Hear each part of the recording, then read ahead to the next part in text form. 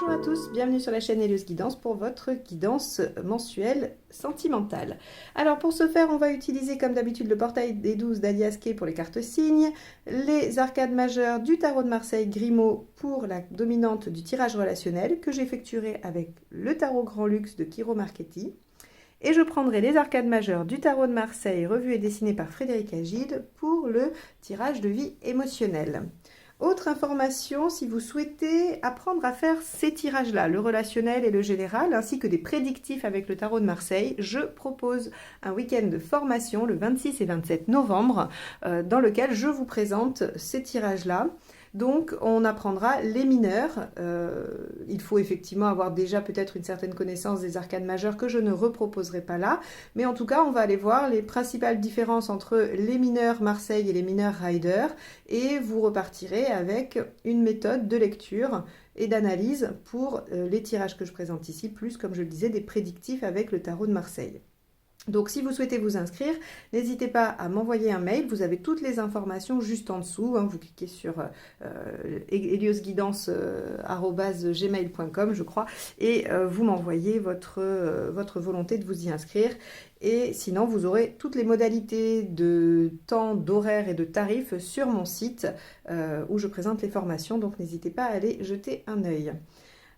Voilà, je crois que je vous ai tout dit. Alors évidemment, vous pouvez toujours télécharger les méthodes d'analyse et de lecture du tarot que j'ai mises en autonomie aussi également sur mon site Podia. Donc là, évidemment, vous aurez à peu près les mêmes informations, sauf que vous n'aurez pas l'aspect pratique qu'il y aura avec moi en séminaire. Mais c'est tout aussi possible pour vous d'y avoir accès immédiatement. Et donc, les liens sont également dans la barre d'infos juste en dessous. Bon, et puis comme d'habitude, je finirai par remercier infiniment tous ceux qui sont abonnés à cette chaîne et tous ceux qui vont le faire tout de suite, juste pour me soutenir et me montrer que mes guidances vous sont utiles et que voilà, vous voulez soutenir mon travail. Donc merci infiniment à vous tous et je vous laisse avec votre tirage. Les béliers. Alors, on va aller voir ce que vous réserve dans un premier temps le tirage relationnel. Donc, pour toute personne qui a quelqu'un dans sa tête, dans son cœur ou dans sa vie. Allez, quelle est la dominante?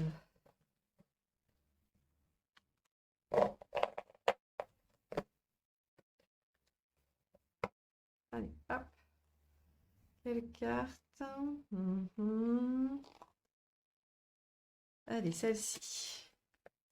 L'amoureux inversé. Alors, l'amoureux inversé était sorti aussi pour les Verseaux, je crois. Donc si vous êtes bélier ascendant verseau ou verseau ascendant bélier, il se peut que vous ayez des difficultés à être en maîtrise dans votre vie sentimentale. Alors bien sûr, l'amoureux inversé peut vouloir dire difficulté amoureuse, difficulté relationnelle, impasse aussi le fait que vous n'ayez pas on va dire, les armes pour agir dans la situation. Ça peut aussi dire que vous avez du mal à mettre votre vie sentimentale au premier plan dans votre vie. Donc, on peut avoir toutes ces difficultés-là. On peut aussi avoir la non-envie de s'engager, hein, aussi, voilà, ou le refus de s'engager, si on parle plus simplement. Bon, allez, on va aller voir ce que ça nous dit. On va aller regarder l'état d'esprit du partenaire.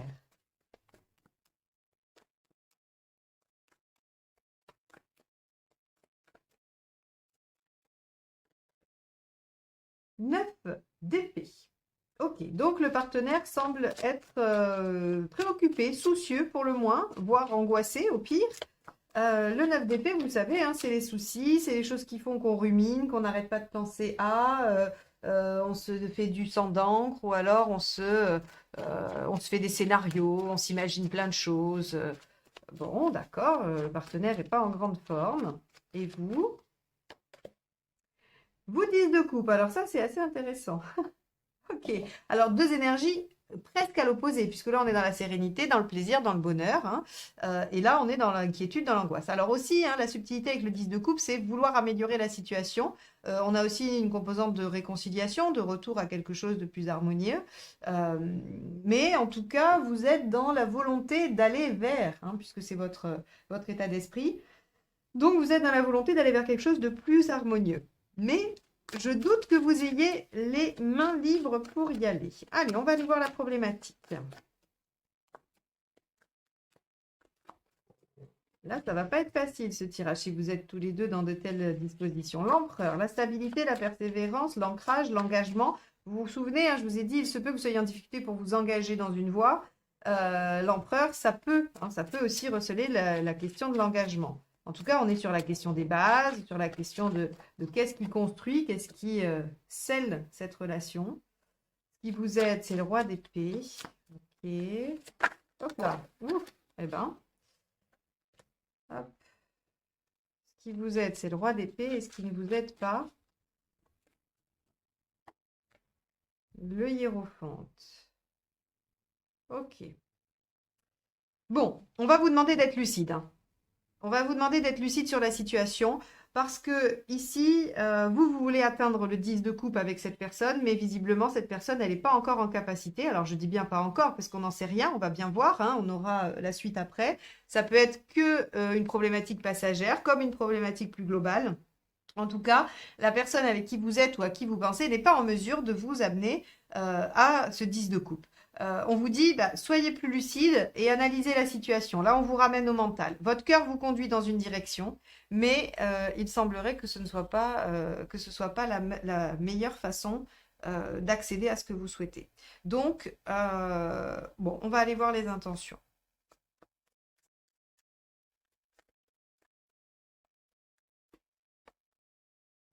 2 d'épée. Oui, le partenaire réfléchit à une stratégie, à comment il pourrait faire. Pas facile du tout cette histoire. Et vous, as d'épée. Ok. Bon.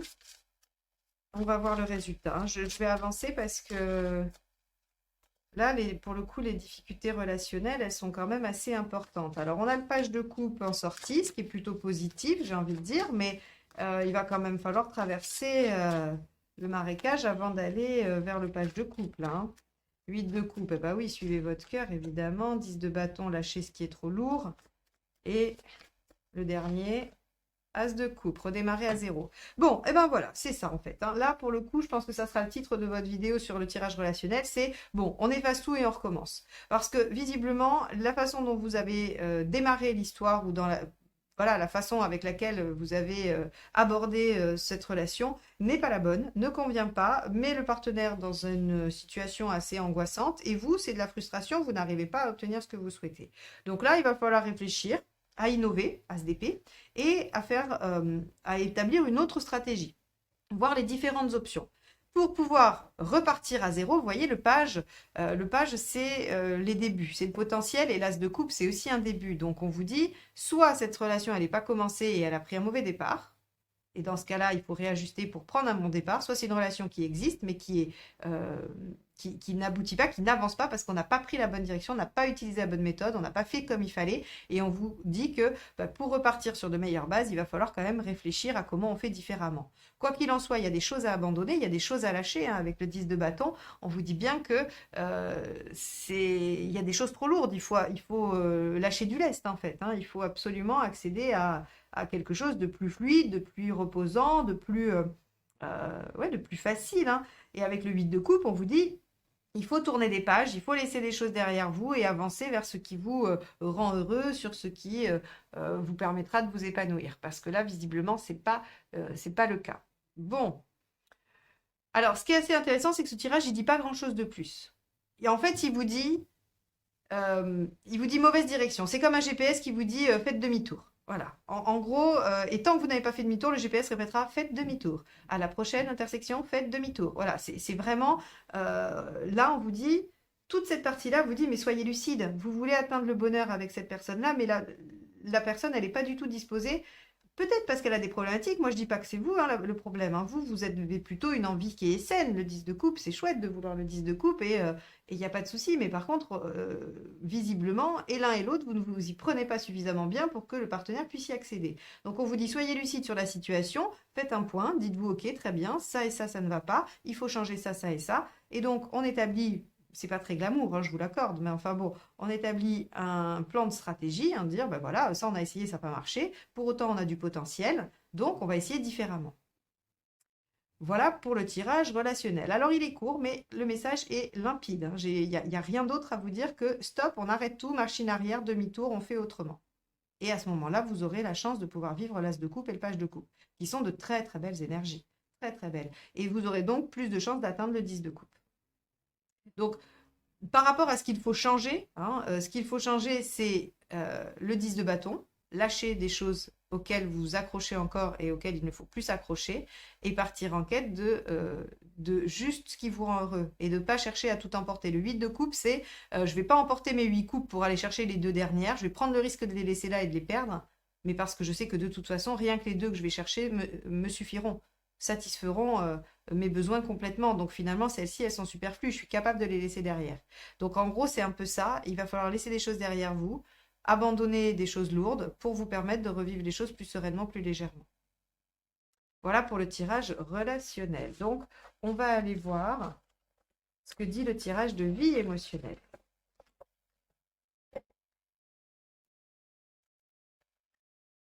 Alors, les béliers, tirage de vie émotionnelle.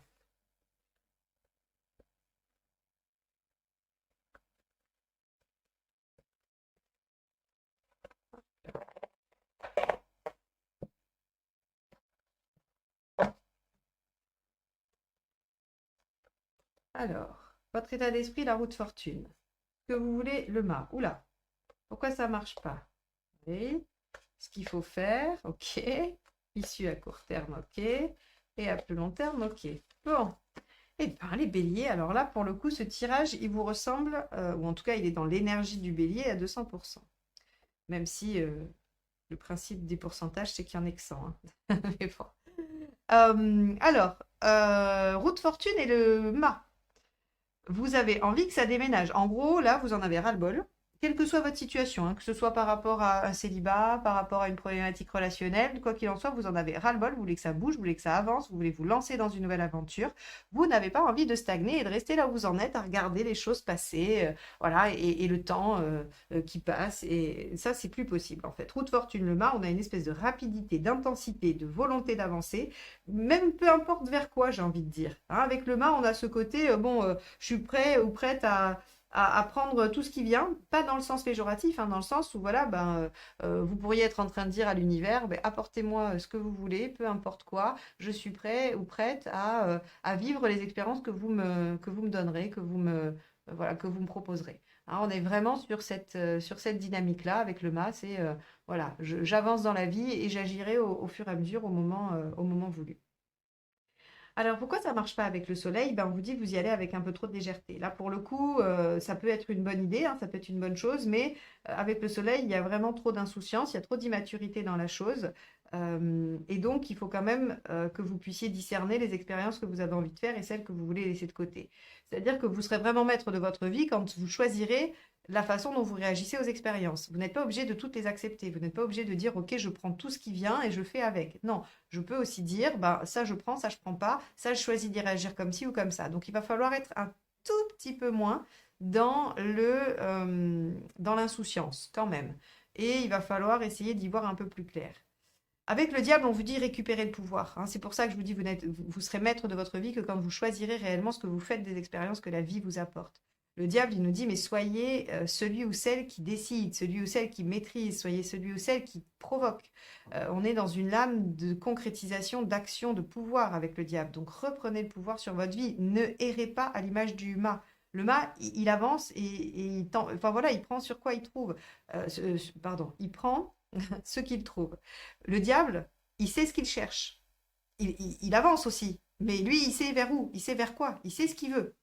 Donc, c'est vraiment la différence. On vous dit, ok, super, belle énergie, très dynamique, c'est génial. Par contre, c'est trop insouciant. Il n'y a pas assez il y a pas assez d'objectifs. Donc, ramenez à vos objectifs et regardez ce qu'on vous dit. Le pape, en fait, on vous donne des ouvertures, on vous fait évoluer, on vous fait avancer. Alors oui, ça va vous déstabiliser, ça peut être un peu déstabilisant parce que l'empereur inversé, il vient modifier les bases, mais c'est très porteur. C'est très porteur.